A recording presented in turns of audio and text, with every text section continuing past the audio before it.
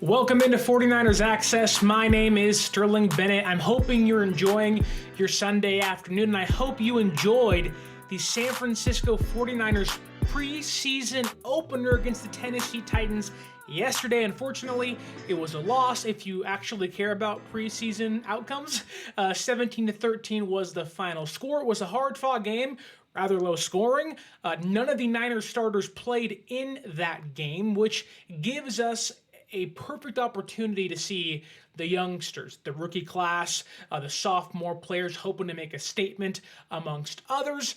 And also, like we've done the past 2 seasons on the show, we do what we like to call stock up and stock down, where we dissect the game, yes, but also dive into each player in itself and discuss, did their stock go up? Great game, good performance. Are they in the good sights of Kyle Shanahan, or did their stock dip down, maybe pushing them towards the roster bubble, maybe outside of the 53-man projection? It's just how the preseason goes. There usually isn't too much to make of it, and let's be clear here to start the show off. I want to say this. It's the preseason. These games truly do not matter when it comes to the grand scheme of things. The outcomes don't matter. Sometimes the vet playing poorly in a preseason game doesn't matter.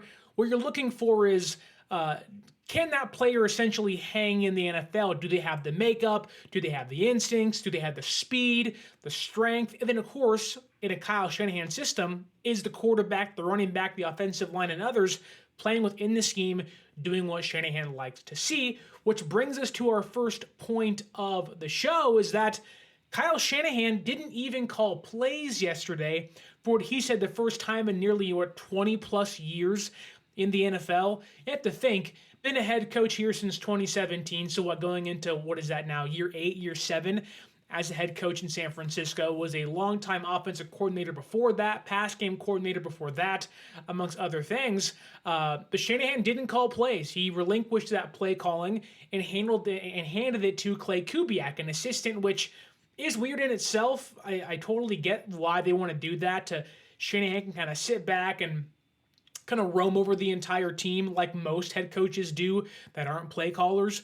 Bill Belichick wasn't calling plays for New England. It was Josh McDaniel. He got to do everything else. Now, he's a big defensive coach, but mind you, sometimes, depending on the coach, they can get a better picture of things, a better grasp on how the game is being played out, whether it is calling timeouts or looking at the offense or defense, sitting with certain players, discussing things, or overseeing the game in a different light, which in this case, Shanahan did throw a challenge flag early, which I think shocked everybody. Like, we're getting a preseason challenge flag, wow, which was cool to see, and it might be, although very small and shouldn't be a big deal, was something that I think everyone could walk away saying, that's a new wrinkle into the Shanahan, I guess, story, if you will. Some smaller things to take away from the preseason game was Jalen Moore did not play. He was sick apparently during the pregame, didn't want to risk it. So San Francisco didn't have their starting left tackle in Trent Williams and didn't have their backup left tackle in Jalen Moore.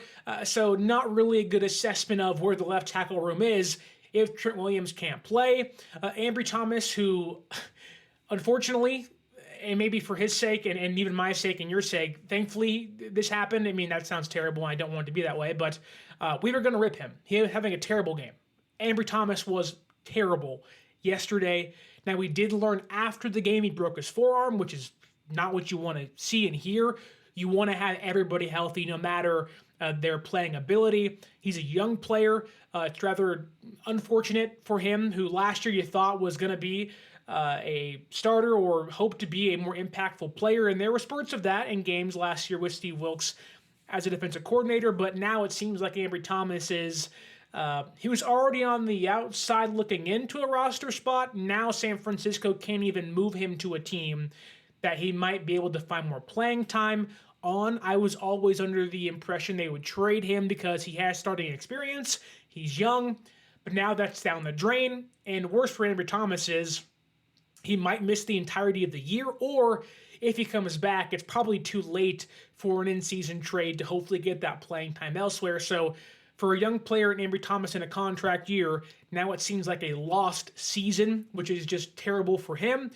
We also got some news today. The Niners and Saints have canceled their joint practices. The Niners are just too banged up to actually be out there. So they're going to go ahead and hang back at Santa Clara at Levi Stadium on the practice field, which weirdly enough, I get why they're doing this, because San Francisco is going to travel to Santa Clara. San Francisco is going to go from Santa Clara to Irvine to practice with the Saints because they have more fields and that can accompany two teams. Then both teams are going to travel all the way back up to Santa Clara for the game on Sunday, but that's no longer happening. But forget all that. That's all different news, not on the field stuff entirely. And let's dive into our first rendition of Stock Up, Stock Down for the 2024 NFL Preseason. This is a preseason only segment we do. So without further ado, let's dive into Stock Up and Stock Down. Want to say hi to Raphael 5629 says, "What's up, Sterling?" Also says like and subscribe. I would agree. And Daniel says, yo, yo, yo. Well, I'm going to say, hey, yo. If you get that reference, shout out Scott Hall to Brandon Allen and the quarterback to battle.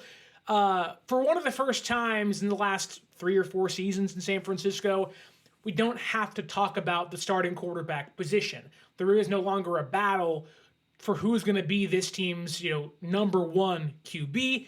That battle is taking a back seat because the more important battle in the quarterback room is who is going to be quarterback number 2. I was always under the assumption before San Francisco signed Joshua Dobbs, it was going to be Brandon Allen's job. And even then, despite Joshua Dobbs having a better training camp as of late, struggled early with interceptions and knowing the offense, he's picked things up. But I thought Brandon Allen and Joshua Dobbs had really solid games yesterday. I ultimately think that Brandon Allen played in the scheme more, kind of fit what Shanahan's looking for. Now, to be clear, both very different quarterbacks. Brandon Allen is your prototypical backup. He'll do what Shanahan asks. In this case, what Clay Kubiak asks of him. He's not going to wow you with some throws. He'll surprise you sometimes, but ultimately is going to be kind of an even-keeled. He'll keep you in the game. He's not going to be the reason why you win. Whereas Joshua Dobbs is more of that, I don't want to say roller coaster, but there is going to be higher ups and a lot lower downs, if you will, from Joshua Dobbs. But yesterday against Tennessee's number 1 defense, Brandon Allen looked relatively solid. 53% completion percentage, 98 yards through the air, led a scoring drive in this game, although wasn't the one to punch it in. Still had this team, I think it was up 7-0 early in the game, I think on the first drive of the game. So a good start for Brandon Allen. I think he had much more highlight throws in this game compared to Joshua Dobbs, although highlight throws really aren't what Shanahan is dying to see in preseason week number 1. But just diving through his 4 drives we saw from him, it was 3rd and 9.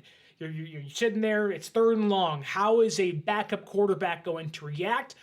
Brandon Allen steps up into the pocket, which was a great pocket created by Aaron Banks and Dominick Puni. The offensive line held up pretty well almost the entire night, only 2 sacks allowed on Dobbs and Allen, splitting 1 apiece. But 3rd and 9, Allen steps up into the pocket, hits Ronnie Bell for a 21-yard gain. Was a really nice throw. Then in the exact same drive, Allen hits Chris Conley for 18 yards. So, not back-to-back plays, but certainly really nice throws in the first drive of the game. Started off hot for him on just 2 plays. 39 yards through the air. Really nice. Allen again stepping up in the pocket, making plays. Eric Sauber on that play picks up the stunting defensive end coming around the end, which that's what you want to see. Your backup tight end picking up blitzes and your backup quarterback stepping up into the pocket, making plays. And 18 yards downfield is no gimme. That's a nice throw by Brandon Allen.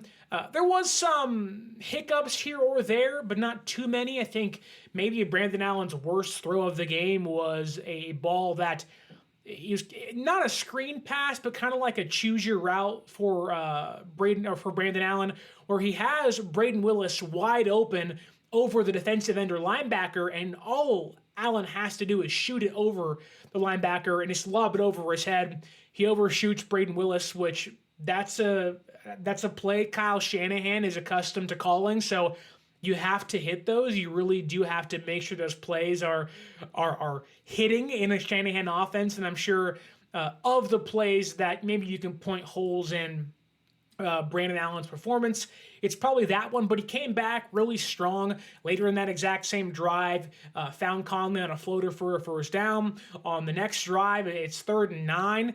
He has a good pocket, scrambles to his right, although incomplete, and you don't really want to see him scramble. That exact same drive, he comes back 3rd and 3, deep shot downfield to Tay Martin, and honestly, I think Brandon Allen's 2 best throws didn't even count, which if we're talking about the battle of quarterback 2, you have to take that into account. He had 2 beautiful deep balls downfield, again, one on 3rd and 3 on his 3rd drive of the game to Tay Martin. I have no idea how long it would have been, but it was definitely 25 to 30 yards downfield. I think Tay Martin should have caught that ball for sure. Hit him right in the hands. There wasn't much contact there. He just didn't catch it.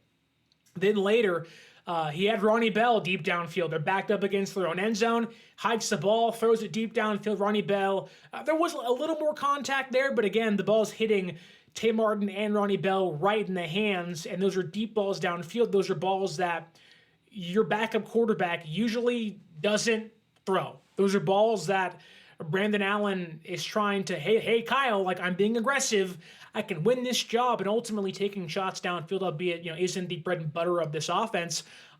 Shanahan is always going to reward when a backup quarterback, or any quarterback that is aggressive downfield, trying to keep the defense honest. That's what made Brock Purdy stand out so much in his first training camp, was he's unafraid to take shots downfield. Now, Purdy can do so many other great things that have made him one of the best quarterbacks in football, but ultimately, if your backup quarterback is able to keep the defense honest, you're going to hit those throws once it's Deebo Samuel, Juwan Jennings, hopefully Brandon Ayuk, Ricky Pearsall. You're going to hit those throws when it's George Kittle downfield, not 3rd or 4th string receivers, which is what you want to see. And then you dive into the scheme, the scheme-specific stuff. 4th drive of the game, it's 3rd and 9, and you're backed up against your own end zone. The exact drive in which Tay Martin drops the ball or Ronnie Bell drops the ball deep, hikes the ball, 3rd and 9, fires a shot in between a defender, hits Frank Darby in the chest. He runs for 33 yards downfield, and you're like, Brandon Allen has come alive to a point of 3 of his passes, although not accounting for air yards, 3 of his passes went for over 18 yards. That's really impressive for a backup quarterback. And then later in the game, Tay Martin had to kind of readjust his body, but again, Allen fires it in. I think Brandon Allen was really good in this game, and ultimately his stock is certainly up. But Joshua Dobbs was also good. His stock is also up. 70% completion percentage, 146 passing yards, 6 rushing yards, 1 rushing touchdown, and 1 pick towards the end of the game on a Hail Mary, which, who cares? But I think, again, Brandon Allen did more things that fit in the system, whereas Joshua Dobbs definitely showed off, what he can do with his legs and his size that can maybe separate him from Brandon Allen, give Kyle Shanahan more of a look. You definitely see why teams like to have Joshua Dobbs in the quarterback room. He's a bigger body guy. He can run. He can take hits. He can evade pressure. That's something Brandon Allen can't really do. But again, it's about how you fit and play in the system, where I think Brandon Allen did that. Joshua Dobbs was much more not playing hero ball, just not doing, not hitting the quick slants, not hitting, the things in the flat, not hitting deep crossers. But I do think, again, what Joshua Dobbs brings to the offense is just different than what Brandon Allen does. There was one throw to highlight from Joshua Dobbs besides his highlight reel run where he dives in the end zone, gets flipped over, and then just gets in front of the camera and flexes, which was great stuff. There was a play, I don't know the down of the drive it was, but Joshua Dobbs calls hike, may have been a 5-step drop, and he sees Tay Martin, kind of a deep corner route towards the left sideline, and he puts that thing only where Tay Martin can go up and get it.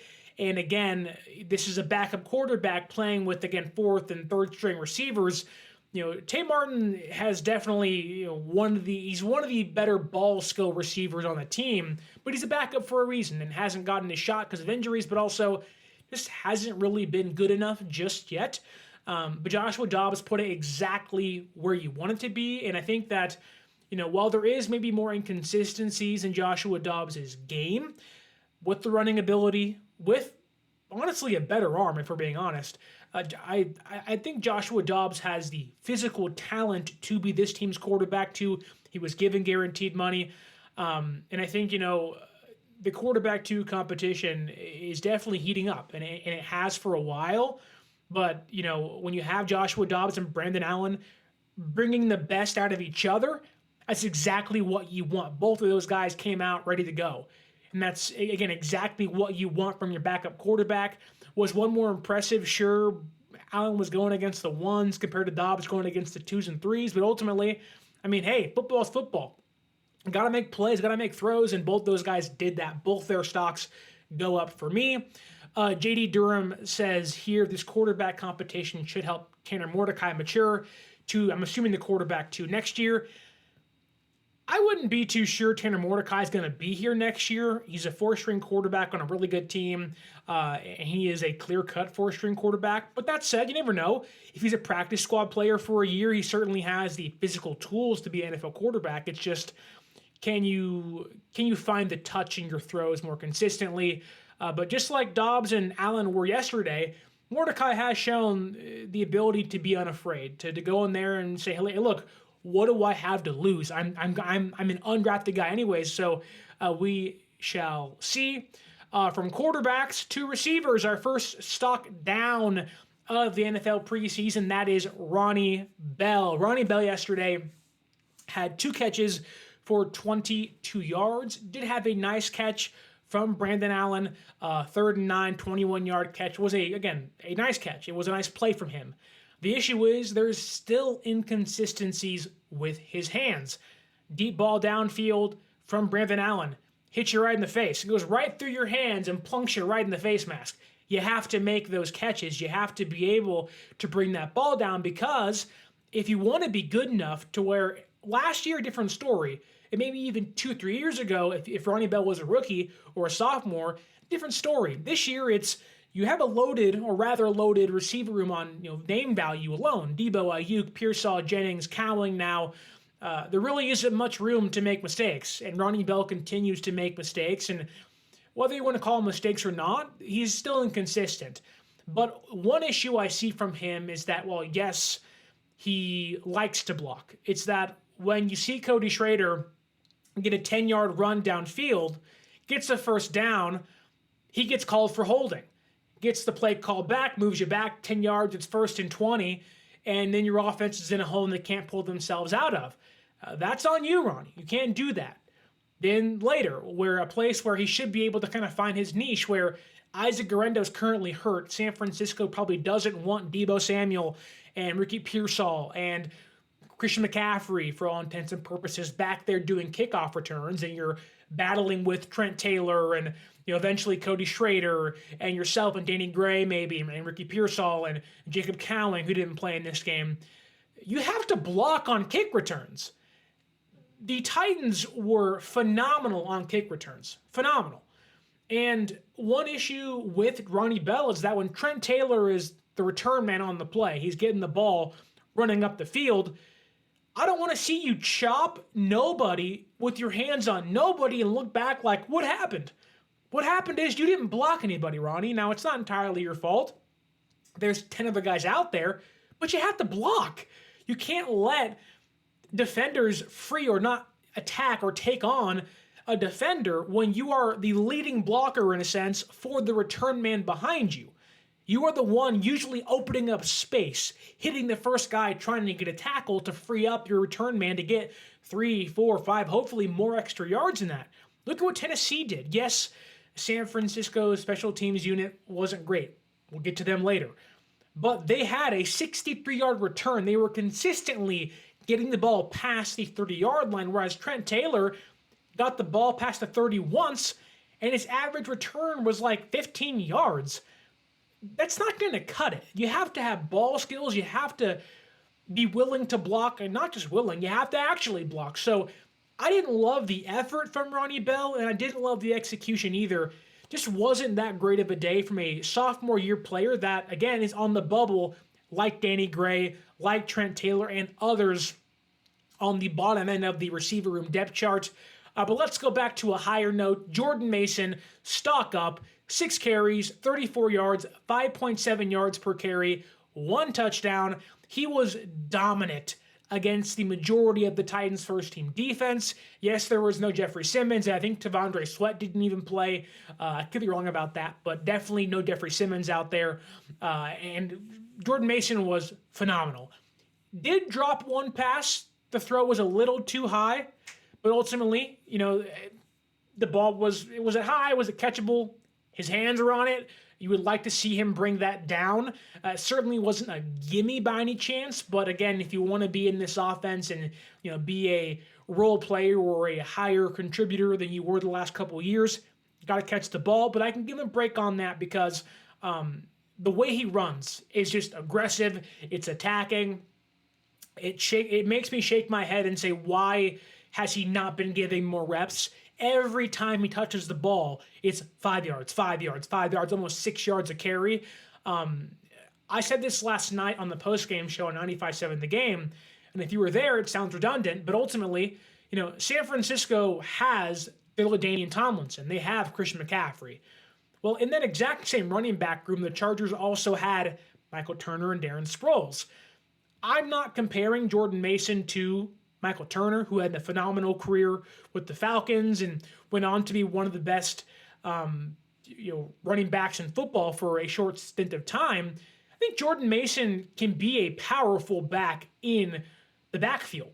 I think there are times where you could run 2 running back sets and have him back there with Christian McCaffrey. And there were times where, if you're really concerned about hoping to alleviate a lot of the in-between-the-tackle reps by Christian McCaffrey, well, Jordan Mason's right there. And he's durable, rarely ever hurt, and I think he kind of can be the thunder, if you will, to Christian McCaffrey's lightning. I just want to see him get more reps. He does almost everything well, at least when it comes to being a ball carrier. He has vision. He has power. He runs behind the tackles and he finds lanes and he does exactly what you want him to do as a running back with the ball. There are some times, though, where him being a pass blocker is not great. There was one yesterday where it was the first snap of the game. The Titans, who blitzed the entirety of the game, which was just baffling to me, but go ahead, Tennessee, do your thing. They blitzed, and Jordan Mason didn't pick up the blitzer. Whereas Cody Schrader and Matt Breida, for as small as they are and for as ragdolled as they were on their attempts, did pick up blitzers many times last night. And I'm not kidding. Matt Breida got decleated last night by a blitzer, but still put his body in the way. Cody Schrader, he did his job to pick up a blitzer. He's 5'9". I'm not saying Jordan Mason didn't try to. It just was like, and got caught in between. Be more assertive. Attack the blitzer. Sometimes you don't want to wait for them to come to you. Yes, you want to be in the pocket with your quarterback. Yes, you want to not linger out and leave your quarterback unprotected. But you see the guys come and don't stand there like, what am I supposed to do? Move your body a little bit to at least get them off their track, because there were straight lines right to the quarterback, and that can't happen. If Brock Purdy goes down, it's not going to be good. And if you want to get reps, that's the guy you have to protect in pass protection, which brings us to our second stock down. That is the defensive side of the football. There was no pass rush last night, and I have been harping on this for weeks, if not months.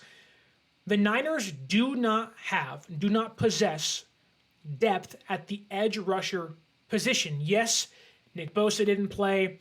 Leonard Floyd didn't play. Malik Collins or Devon Hargrave didn't play. It was a a group led by Yetur Gross-Matos and co. There wasn't much else out there. But that's the issue. That's what's going to be out there if someone goes down.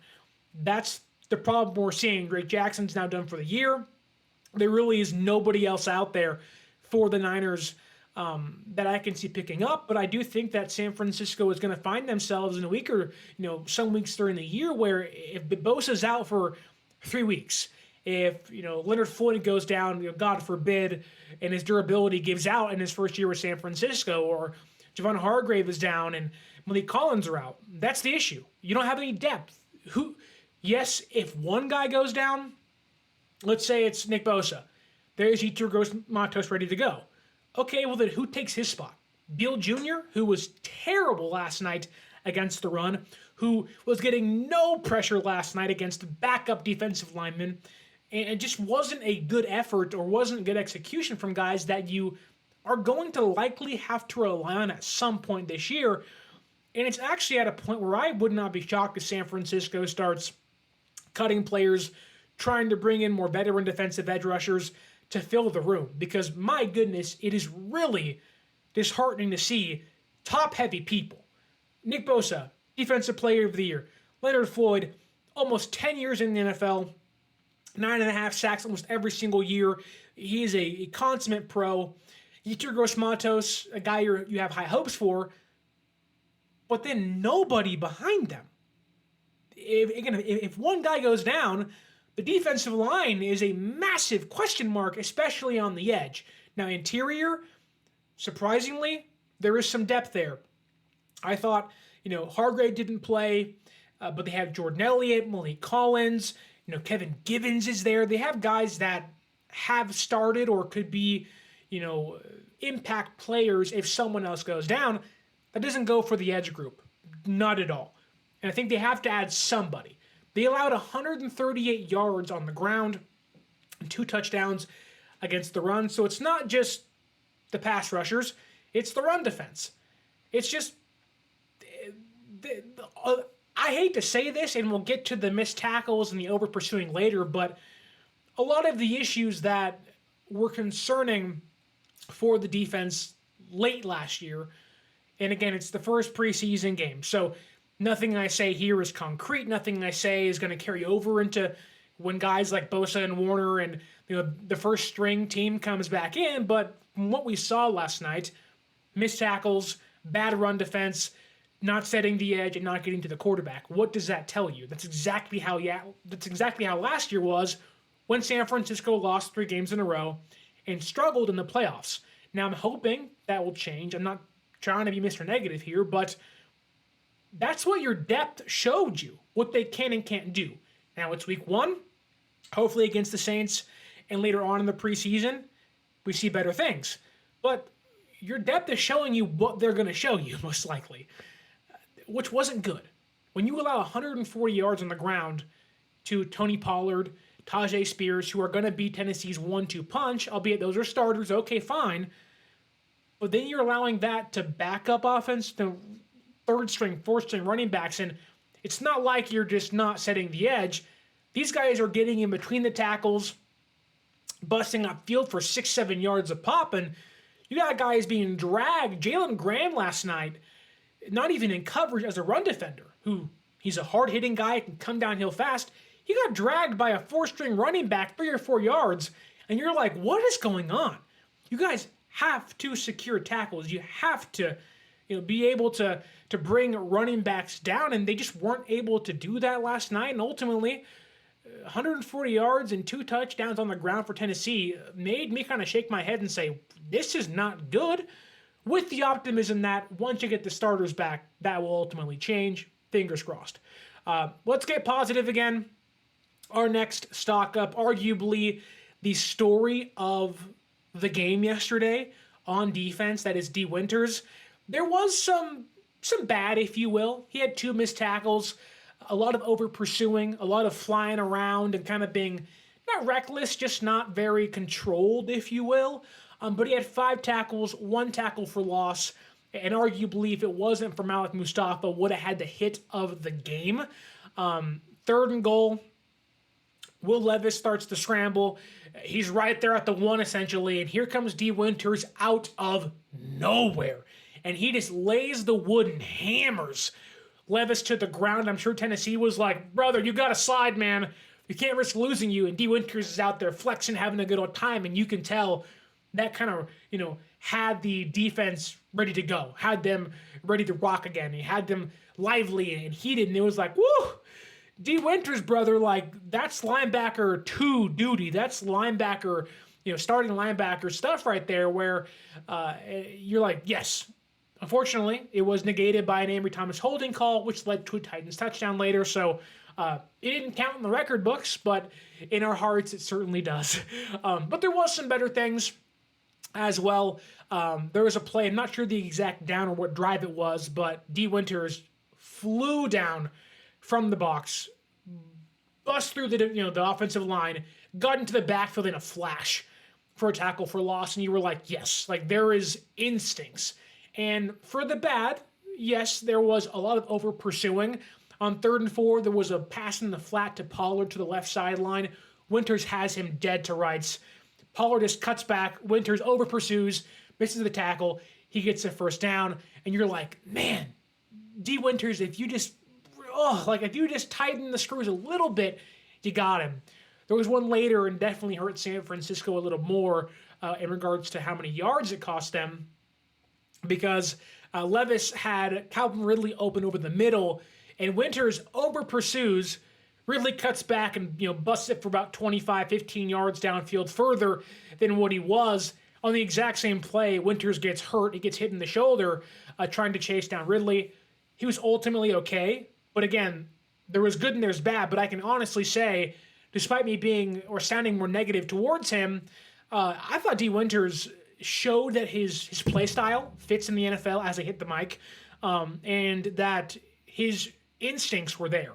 Yes, you want to fine tune them. Yes, you want to be able to make sure that he's more again tightened up, more controlled in his efforts. But he was there to make a lot of plays, just didn't finish them off. And I think once he plays more, you're gonna find that he gets the reps. He gets more comfortable. He knows where to be, when to stop, when to cut. The more offense he sees, the better he'll get. And that was always the issue with him. Just consistency. He's going to flash. He flashed against Tennessee big time. But he needs to be more consistent. The hope is that he's your linebacker 3 this year. I think that he's shown enough to, yes, there's going to be bumps and bruises and lumps along the way, but there's a really good player inside Dee Winters somewhere. It's just, can that come out at a more consistent rate? And I think Dee Winters has that in him to a point where, on 3 linebacker sets, it'll be Fred and Devondre, then Dee Winters, and you hope by the end of the year with Greenlaw in a contract season that maybe Dee Winters supplants him. That's a long time coming, and it's a whole year away, but that is the hope, that the way he played last night, over-aggressive, instinctual, you can honestly say that there was a little bit of Dre Greenlaw in his performance, a young Dre Greenlaw, that is, where take Dre Greenlaw in 2021, younger player, 3 years into his career, if you want to call the COVID season a year, where you're just like, when Dre Greenlaw is overamped and is excited, he's a walking personal foul. Now, that's not Dee Winters in regards to fouling, but even in that, Dre Greenlaw will over-pursue, he'll run past their ball carrier and get beat 15 yards downfield, and he has to kind of get reined back in where Fred's on the sideline, kind of like, you got to calm down, Dre, got to calm down. A little bit of that is in Dee Winters, where it's like, you're so amped up. If you just calm down, you'll make these plays. And yes, there was some stuff where you're like, oh, okay, like you're biting on play action, but ultimately that just comes with reps. And I thought I really liked what I saw from Dee Winters against Tennessee, which brings us to a place where Dee Winters was in a stat column you don't want to be. Missed tackles, right? San Francisco last night had 16 missed tackles. George Odom, Tabor Pepper, Rock Ya-Sin, Jalen Graham, and Curtis Robinson all had 1. Ambry Thomas, Tatum Bethune, Ezekiel Turner, and Dee Winters had 2. And Taylor Hawkins, who yikes. Just a lot of missed tackles. He had 3 on the night. That's how you lose games. Now, a lot of the guys I mentioned were young players, rookies, backups. I totally get that. Some of them aren't even going to make the team.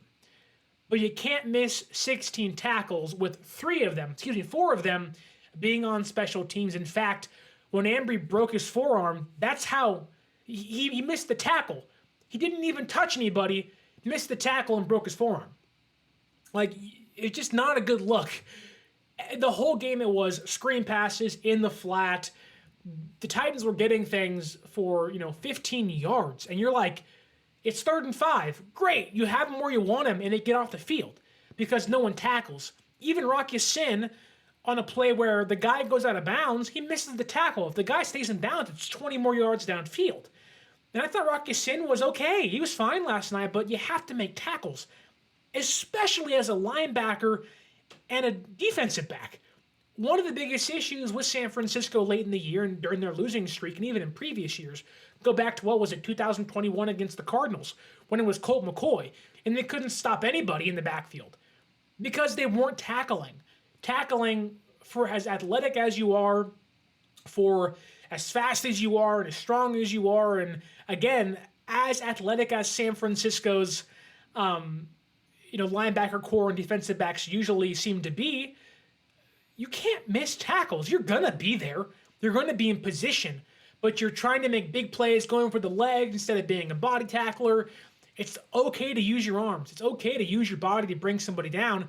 You don't have to make the highlight reel play. You just got to bring the guy down to the ground. Yes, there are players you want doing that. Talanoa Hufanga, Dee Winters last night, Malik Mustapha yesterday. I don't want Taylor Hawkins and Tatum Bethune and George Odom and who else is on here? Rocky Sin and Ezekiel Turner making these thumping hard tackles when you're going to miss it. Just bring the guy down. I'd rather you tackle the guy than let him go 5 more yards downfield for a first down. It was a massive concern. Now, you hope, and this is why I preface this early, it's week 1 of the preseason. These guys have not been able to tackle each other for months, since February. That's the first time they've truly been able to tackle, so I'm hoping there was just some overzealousness, if you want to call it that. There was over-eagerness to attack the ball carriers, but you want to see Nick Sorensen hopefully, retune and kind of, tweak the linebackers and defensive backs' mindsets that you got to be able to figure this out, because if you can't tackle, you can't play. You just can't play. That brings us to our next stock up, Chris Conley. I think as of now, he has the wide receiver 6 spot locked up. You're going to have Debo, Ayuk, and Jennings, and Pearsall and Cowling. There's 5 guys kind of locked into a roster spot. Who's that 6th guy? Yes, I think San Francisco is hoping players like, Danny Gray and Ronnie Bell, who are younger and more exciting, can catch up. Chris Conley, to me, has been, Mr. Consistent. He has been, just the epitome of a veteran. Of, like, you come in, you're a professional, 2 catches, 30 yards, caught an 18-yard pass from Chris Conley, or from Brandon Allen, and he's been doing it dating back to last year against the Rams in Week 18, although it was a loss. He played a nice role in the Super Bowl. Special teamer in training camp this year, he's been stellar, and even now in games, like, not that I'd be comfortable with him being the number 2 receiver in an offense that should have, better players on it, and you hope it's Ayuk come week 1, but man, like, Chris Conley was really good, and I think, if Ricky Pearsall misses time with the shoulder, or, like Papa J says here, although that isn't the hope and the want, as of now, yeah, Chris Conley is more accomplished, more proven than a player like Cowing, like Trent Taylor, like, and to an extent, Ricky Pearsall, to where I could see where maybe Chris Conley is the team's 5th receiver on certain downs, and if someone goes down, he's the outside guy. Like, let's say this, for example. Let's say Ricky Pearsall's shoulder injury carries over into the regular season. Week 1 against the Jets. Ayuk isn't playing. Who's opposite Debo and Juwan Jennings? It's probably going to be Chris Conley. That's how good he's been, and I think he's locked in a roster spot to a point of we don't even really need to talk about, who is getting in, the running back room. Danny Gray, you're gone. Ronnie Bell, your practice squad guy, practice squad guy. And Trent Taylor, you're a vet who's probably a practice squad guy too, and maybe an elevation each week. That's where I really think, that's where things are. And I'm pretty sure it's on. Like, that's for as many bodies in the receiver room, it is arguably the most straightforward competition of any position on the roster. It is Debo, Ayuk if he actually re-signs or plays this year for us, Juwan Jennings, Pearsall, Conley, Cowling, or a mixture of the last two guys. Everyone else can go eat rotten eggs for all I care. Probably not going to be here. They've done nothing to prove it, while Conley has every single day proven his worth. Next stock down is pretty straightforward. Jalen Graham in pass coverage has shown that he's a 7th round pick for a reason, and his value likely isn't in pass coverage. Unfortunately, you got to be able to cover the passing game. You have to cover tight ends, running backs, and even sometimes receivers to play on this defense. And especially in this NFL, which is so shocking because he was like a nickelback safety linebacker convert where, like, you should be good at pass coverage.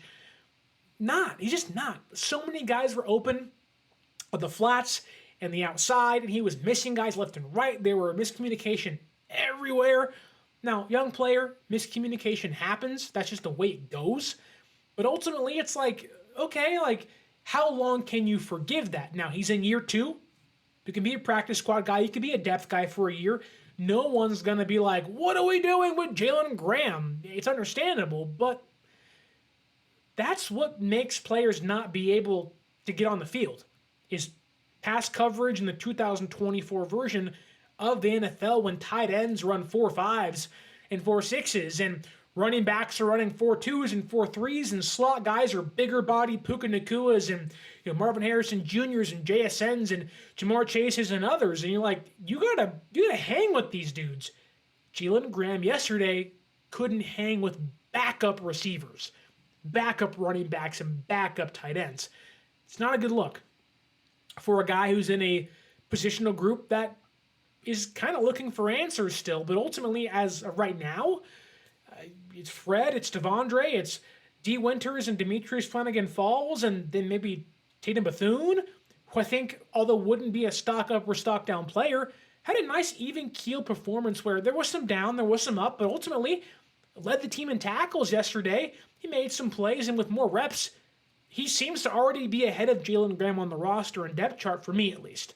So not a great day for Jalen Graham as a pass coverage linebacker.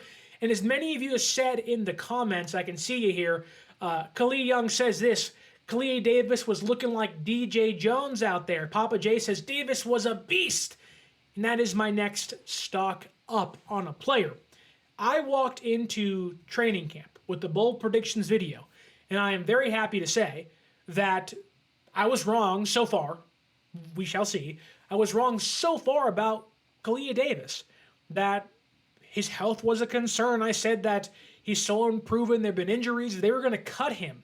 And bringing someone like Hassan Ridgeway that was here a couple years ago, he's a vet, knows the system. And Khalil Davis yesterday, he went to the kitchen. He made me dinner. He gave me a spoon and said, eat this crow for the night. And I said, I'll gladly take it. He had 2 tackles for losses. He had 1 sack. There was a couple plays where he was overzealous, like many players were last night. And he got upfield too quickly on a trap play, didn't read it very well, but then he came back and he was in the backfield consistently last night. Didn't always make the tackle, but he had the team's only sack. He also, again, had 2 TFLs. And when you can get in the backfield, and this is how I'll phrase many of my critiques of young players. When you have a defense that will hopefully have a healthy Fred Warner, Talanoa Hufanga, Jair Brown, Mooney Ward, Diamador Lenore, Isaac Yadam, Nick Bosa, Leonard Floyd, Javon Hargrave, and for a player like Khalil Davis playing alongside them, Dee Winters playing alongside those guys, Malik Mustapha alongside those guys, you're going to be able to mask their weaknesses. You're going to be able to hide them, especially on a defensive line that is stacked at the top of the depth chart, where Khalil Davis, in a pinch, could play next to Hargrave and Bosa and Floyd while still being the weakest link, it's not going to show up as drastic as it was. And you heard when he got drafted, people said, DJ Jones, and he's finally healthy. And last night, albeit against backups, I think Kalia Davis showed that he belongs on the roster. And I think this team's going to need him. People get hurt, guys go down, and yes, you brought in a lot of defensive linemen. You brought in 4 new defensive linemen that will contribute. Jordan Elliott, Malik Collins, Gross Matos, and Leonard Floyd. Kalia Davis, I think, could be this team's, 4th defensive tackle, 5th defensive tackle, where someone inevitably is going to go down. And if he can play the run or get to the quarterback, I mean, my goodness, yes, you need guys on the roster like this. And you don't want to look ahead because it is preseason week 1, but Malik Collins' contract isn't guaranteed next year. There's a way where San Francisco can, finagle the cap and, hey, Kalia Davis, come on down to a starting job. Now, again, long ways away, but all that to say that if he can continue to stack days like this, well, Kalia Davis could find himself in a really good spot on the depth chart and on the roster. I want to shout out Aaron in the comments, Niners First Takes, what's going on? Papa J, I see you in here. Khalil Young, JD Durham, thank you guys for watching and listening. Daniel, if you're still here, don't forget to like, share, and subscribe. Hope you guys like the new overlay for Stock Up, Stock Down. Made it this morning. We're going to continue to use this for the next 2 weeks on YouTube or on Facebook, wherever you're watching. Unfortunately, on the podcasting platforms, you can't see it, but I hope you guys like the new graphics for the Stock Up, Stock Down. Unfortunately, though, we have to go back to a stock down. That being Trent Taylor. Can I ask you a question? Are we really serious about Trent Taylor? Are we actually starting to be like, we really like Trent Taylor now. We're going to buy into this guy. He's a great return man. Yes, he gives you the bare minimum of a return man. He catches the ball. He'll catch the ball. He'll fair catch it. He'll make sure he doesn't fumble. But is that truly what you want? Last night he had 3 catches for 48 yards, which isn't that bad. 1 carry for 28 yards. But take his carry, for example. Yes, you got 21 yards. That's a heck of a play. Good job. Kudos to you, Trent Taylor. But my issue with Trent Taylor is on an offense that has so many playmakers, Debo, Ayuk, Kittle, McCaffrey, Juwan Jennings, and to various degrees, Tay Martin, Ricky Pearsall, Jacob Cowing, a lot of those guys are able to make moves after the catch, after they get the ball in their hands. That is not Trent Taylor. He's running full steam ahead up the right seam, what looks like to be towards the end zone, and he's got a few guys to beat, but you'd think, okay, this is where you make your move. This is where a ball carrier, a playmaker, makes a juke, makes a spin, hurdles somebody like Ayuk against the Eagles in 2020. This is where Debo powers through the defense. What does Trent Taylor do? He just goes, he stops and gets tackled. And you're like, great run. But like, what are we doing? Like, okay, cool.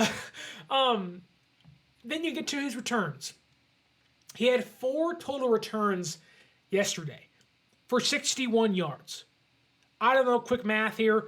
You in the chat can do it. 61 or 4 into 61. It's definitely what it, I don't know, 12. That isn't right at all. But whatever. He had 3 kick returns last night. 1 for 25 yards, or excuse me, 1 that went to the 25-yard line, 1 that went to the 28-yard line, and 1 that went past the 30-yard line. He had 1 kick go past the new touchdown or touchback marker. That's not going to cut it. And yes, I would like to assume San Francisco wants Cowing and Garendo and Pearsall back there. Dynamic playmakers back there. That's not Trent Taylor. 15 and 1/4 average yards. Thank you, Robbie. It wasn't 12. I was almost there, but it was not 12. But do you want 15 and 1/4 average return yards with the new kick return rule when you just watch the opposing team use a rookie receiver go 63 yards downfield? Yes, again, guys were injured. They didn't play, and the hope is that Trent Taylor likely doesn't even make the team. But He's a vibes guy. Oh, when Trent's around, we feel good. It's loose. It's awesome. I'm sorry. Maybe as a receiver, he's okay. He's a vet. He knows the offense well. Fine. I don't want a laundry basket as my return man. We had Richie James. We've had other guys back there that just can't do stuff. And you're right, Papa J. If this was 2 or 3 years ago, cool, Trent Taylor. This day and age, the new kickoff rule does not benefit him. And it stinks because I like Trent. We all like Trent. He's a great guy. I just don't want a basket. I want someone that can be back there and be shifty and move around and, make a play. Trent Taylor's not going to make you a play. He'll catch the ball. He'll call for a fair catch. And the new kickoff rule that should benefit your offense, I mean, man, it's just not worth it to me. It's just not worth it to me. We got to find somebody else that can return kicks. Papa J says here, Sterling, nobody in the league is doing big returns except for a handful of them, if that. Can't judge him. You're right. First preseason game. It's clear San Francisco doesn't really know how to attack this thing just yet. But even then, it's just clear with Trent being out there, there is no expectation for a big return. Parker Washington had one. The guy for Tennessee had one, Jackson, yesterday, which is more of an indication of how bad San Francisco's special teams defense is. But I honestly am kind of chomping at the bit to see Garendo and Cowing and Cody Schrader and Ricky Pearsall out there. Because I really just don't want to see a wasted kickoff return every single time it's Trent Taylor and even Ronnie Bell, for example. Why? Let it go in the end zone every single time. 2 of your 3 returns would have been better than that. I don't love that. Robbie says here, with all due respect to Trent Taylor, seems like a nice guy. Not the Trent I want on the roster. You got that right. And about Trent Williams, they're going to get this thing done. It is the exact opposite of Ayuk. They have to pay him. He's not a luxury. They have to pay Trent Taylor. Don't pay Trent Taylor. Pay Trent Williams. I'm sorry. Moving to a more positive note again is Dominick Puni. What can you not say? He continues to check off every box you may have for him. Good in pass block, good in run block, opening up lanes. He had 14 pass block opportunities yesterday, 0 pressures, 0 sacks against the first and second teams of the Tennessee Titans. He on Brandon Allen's 3rd and 9, 21-yard completion to Ronnie Bell, Aaron Banks and Dominick Puni were opening up space. He was picking up blitzes. He was picking up stunts. He was doing exactly what you wanted. And arguably his biggest, play of the night was Jordan Mason runs 3 yards. He's at the goal line. Here comes Dominick Puni pushing him in for a touchdown, pulling him in for a touchdown. And you're just like, this screams Alex Boone. This screams Joe Staley of just effort. I'm not saying he'll be those guys. That's crazy. But he's got the personality. He's doing everything you want as a rookie. And not to get ahead of myself, but he's got a firm grip on that starting job at right guard. I thought Dominick Puni was great in his Niners preseason debut. Unfortunately, though, stock down. That brings us to Brayden Willis, a guy who I had penciled in as my tight end at number 3 and has had a better training camp than I expected him to be. Just back and forth with Brayden Willis. There's really good stuff you see, picking up blitzes, opening up blocks during training camp. And then I know they had him playing fullback yesterday, and I get why. Juszczyk didn't play. You don't have Charlie Warner. You don't have a backup fullback in the room anymore like you had with Josh Hokett for a little bit of time. But it is so clear that Brayden Willis has never played tight end or fullback in his life. And that's okay. He's a young guy. He's only in year number 2. But the tight end room has underwhelmed a lot to a point where you just cut a guy that some people thought would be, a role player, being Logan Thomas. And that opens up a door for a player like Brayden Willis to, there's one less guy I have to compete with. And, it wasn't the greatest performance. There was a run by Cody Schrader where Brayden Willis takes on the defender, but instead of opening up the hole, he filled the hole. And you're like, Brayden, you have to open up room for the running back. You don't clog the lane for him. Schrader gets stuffed and goes nowhere, and it's like, Brayden, come on, man. He was open a couple times, and the quarterbacks missed him, so no fault of his own there. But the blocking, as a fullback at least, not his strong suit. Not really his strong suit. It's not a great day for Brayden Willis, and hoping in the next few days, practice and preseason against the Saints, he picks things back up because that tight end 3 job is open, albeit he still has a lead there behind Kittle and Saubert. Back to a stock up, then we'll get to our final stock down, and then some mixed results of yesterday's preseason opener against the Tennessee Titans. Malik Mustapha, I think, if not for Dee Winters, was probably the most impressive player on the field. He was awesome. He was awesome. Yes, he bid on some, he bid on some play action, and thankfully the guy was not in bounds. He was awesome. The highlight play of the day was, it's 4th and 1, you're backed up against your own end zone, the running back gets the ball, it's kind of like about to jump to the edge and get around the linebacker and the edge rusher and get to the end zone, and here comes Malik Mustapha out of freaking nowhere, just shot out of a cannon, and all you hear is thud, the crack of the pads in the helmet, and he's out there like, yeah, and you're like, yes, and I said it when they drafted him, I'll say it in the scouting report, you can go back and watch it, and I'll say it now, he's a playmaker, and this goes for Dee Winters too. Despite their mess-ups, their screw-ups, the things you can point to and say, that wasn't very good, biting on play action, over pursuing, at least they're at the ball. They're near the ball. They have shown the ability of the speed, the instincts that I know where I'm supposed to be, and I know I can get there. It's just making plays. Mustapha, even on special teams, you go back and watch the opening kickoff of the second half. He's sprinting downfield with a Titans player on his shoulder, and he lays out the return man. You need that speed. You need that, you need that intensity from the safety room to the special teams defense. You need that. That stuff that made Hufanga so lovable early in his career. And again, he's become an all-pro in year number 2. But Malik Mustapha yesterday was, yes, again, there was some bad. Just need reps because they're really going to figure this stuff out. The intensity's there. The playmaking ability is there, and you can tell these guys want it, and their bodies, their physical makeup, they can hang in the NFL. They can succeed in the NFL.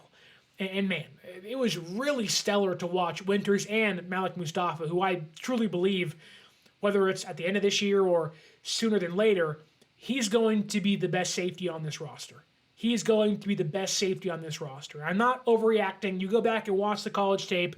It is something else. It is like, okay, he can cover, he can tackle, he's going to make mistakes.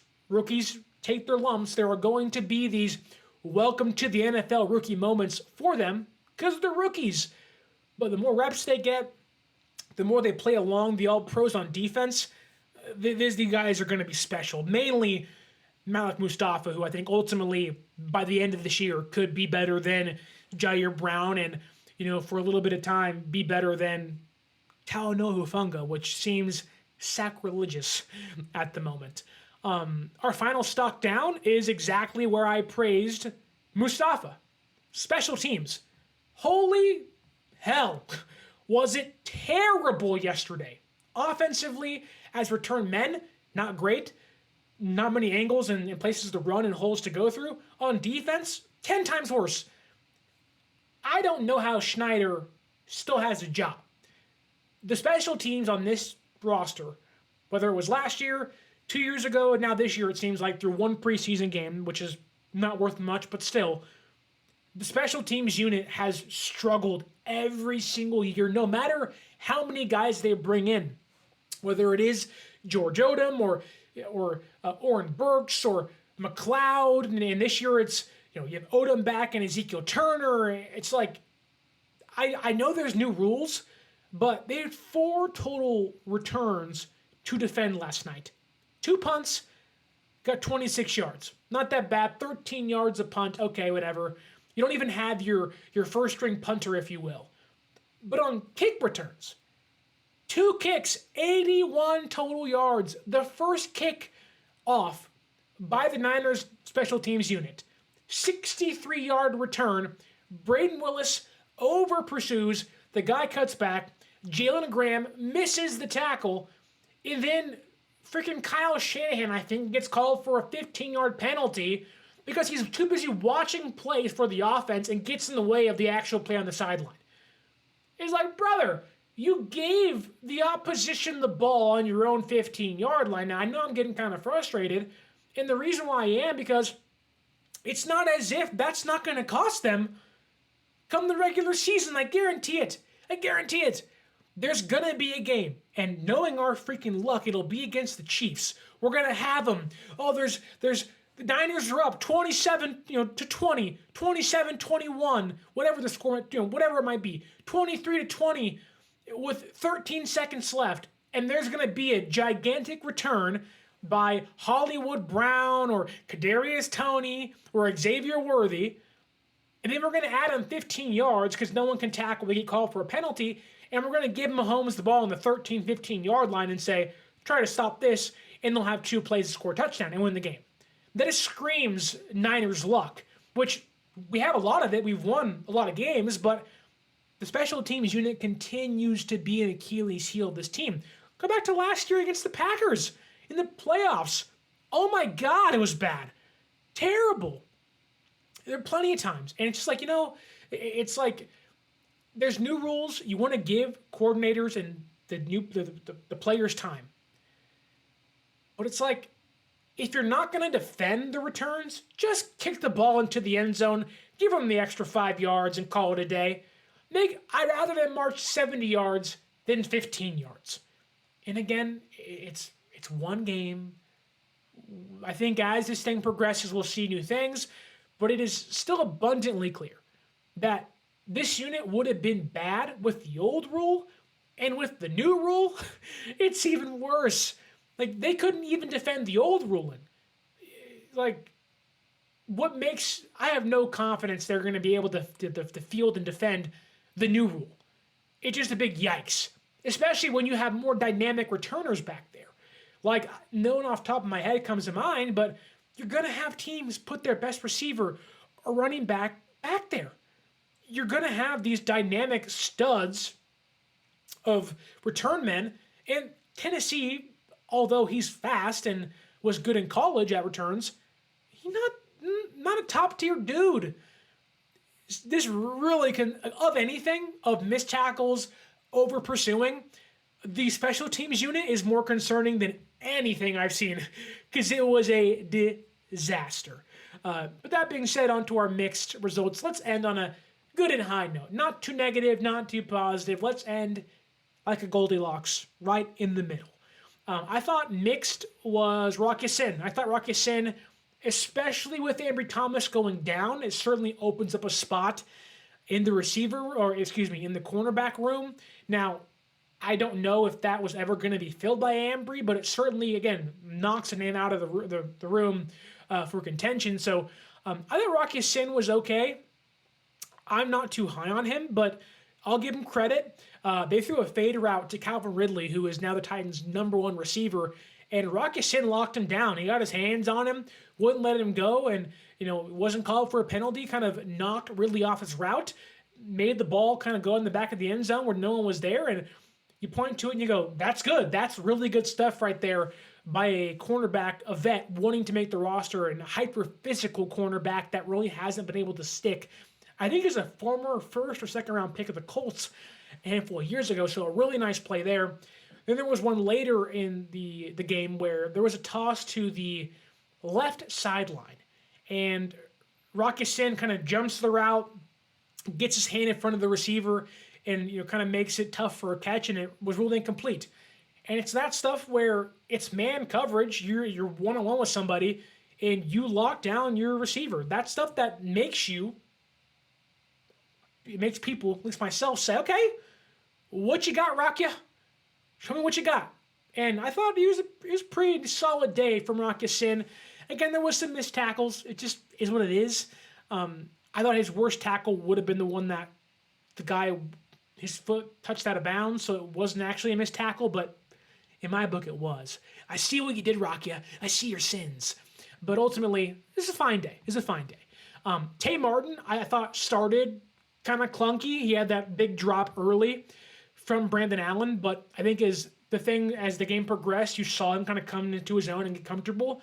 Don't forget, Tay Martin missed a large portion of last season to injury, but also missed like a lot of training camp the first 2 weeks, I think, with injury this year to his hamstring. So he hasn't had the entire offseason program to get acclimated and, kind of get his feet wet again in the NFL. But he had 5 catches last night, led the entire team. Also had 58 yards, led the entire team. So, and it's not just a box score. It is, you can see his ability to contort his body, to go up and get it, and ultimately, be, I don't want to say a just phenomenal ball catcher, but he has ball skills that other guys don't possess. For as good as Deebo Samuel is, for as good as Ayuk is, I truly believe that there would be a competition, and Tay Martin would be in that grouping of receivers that can go up and get it, contort their bodies midair to go up and catch the football, and they call him Big Play Tay for a reason, and I don't think he'll make the roster, but he certainly gives you something else that you don't currently have or don't have a lot of. Where if, let's say, Ayuk doesn't play and Pearsall's injured and you're uncertain, if Tay Martin can get hot late in preseason or during the preseason, again, he's not going to make the team, but I can see him being an elevation during 1 week, and I can see him making a few plays. He's not a bad player. I just think he's young, but he hasn't really gotten a chance to find his footing in the NFL. And yesterday, despite starting with the drop, he had a really nice day. 5 catches, 58 yards, and I think showed off his ability to go up and get the football. We have a comment here by Kenny. He says, I want to rock his sin all night long, Kenny. All night long. Robbie439 says, rather off topic, but I'll take it anyways. Did you watch any of Trey Lance today? His words, not mine. Yikes. He even put the trash emoji. I didn't watch Trey Lance. I wanted to. I just didn't get an opportunity. I really want Trey to succeed, and it really pains me to watch the highlights. He had a few nice scrambles, I don't know, man. Every time I watch him play, I get sad because of what could have been. He shouldn't have been drafted 3rd overall. It's not his fault he was picked that high. He shouldn't have been picked that high. He actually should have gone back to college. That's what he should have done. He really should have transferred to D1 school and hopefully got his reps there. But man, the touch isn't there. He just needs more time. And he's so young. If he just went to college for 4 or 5 years, they could have fixed this stuff. He could have got the reps he needs. Just a bad situation for Trey, and I hope he figures it out, but just yikes. Our final mixed bag of the first week of preseason is rookie second-round pick Renardo Green. He had 4 tackles, a fumble recovery yesterday. He looked really good in run defense. I know, yes, a lot of missed tackles. I don't think he had any, but he was really good against the run. He was stout as a tackler. He was getting guys down on the ground. He was really, really strong defending and not over pursuing and not being afraid to attack bigger ball carriers. And you can see why San Francisco likes him in the slot or wants to give him a chance there, because you have to be a really good run defender in the slot. And he was that yesterday, playing outside and inside. There was some coverage issues, but I think ultimately those were rookie mistakes, biting on play action and just kind of not being, I don't want to say well prepared, but there was a lot of miscommunication out there. And I think as a rookie, that's expected to happen, but a lot more good than bad from Renardo Green. I'm sure someone will dive into the All-22 tape and tell you this, that, and the other, but I think all around it was a solid day. When you get 4 tackles, you get your only team's takeaway. it's a really good thing. Whereas that ball should have been Alex Barrett's. Some players would have not kept going. They would have stopped thinking their guy had the football that was not green. He made it the point to, I'm not going to stop until I get the ball in my hands, which is great for a young player. You got the ball. You hold that up. You carry it like it's a prized possession because you got your only team's takeaway yesterday. And honestly, gave your team a chance to win. Really did give your team a chance to win. But yeah, week 1 of the preseason in the books. San Francisco is 0-1. For what it's worth, 17-13, the final score of the preseason week 1 matchup against the Tennessee Titans. Tell me what you thought about the game down below. Who'd you have stock up on and whose stock plummeted for you after week 1 against the Tennessee Titans? You can also follow us on social media at 49ers_access is the X or Twitter. 49ers.access is the Instagram. And you can use our promo code 49ersaccess, 49ERSACCESS at SeatGeek.com to save yourself $20 off your first purchase. And if you're like me and you're frustrated and annoyed, you have to go to all these different locations to find your sports news, forget that. You only need one website. That is sportsspider.com. They collect the latest articles, videos, podcasts from around the web and organize them by your favorite team all in one place. So if you want to stay up to date on your in mind San Francisco 49ers, hit that link down below in the description and check out sportsspider.com. We have one question here from Robbie, then we got to get out of here. He says, do you extend BA or do you extend Lenore and Ward and let BA walk? I let Mooney Ward walk and I re-signed Brandon Ayuk and Diamador Lenore. That's all I got for you today. Hope you enjoyed week 1 of the preseason. I hope you enjoyed this rendition of Stock Up and Stock Down. Don't forget to like, share, subscribe, leave that review on the audio podcasting platforms. Give us 5 stars and put whatever you want in the review as well. I don't care what it is. Just give us 5 stars. Tell us how your day was. What'd you have for dinner? It doesn't matter to me. And as always, until next time, my name is Sterling Bennett, and stay faithful.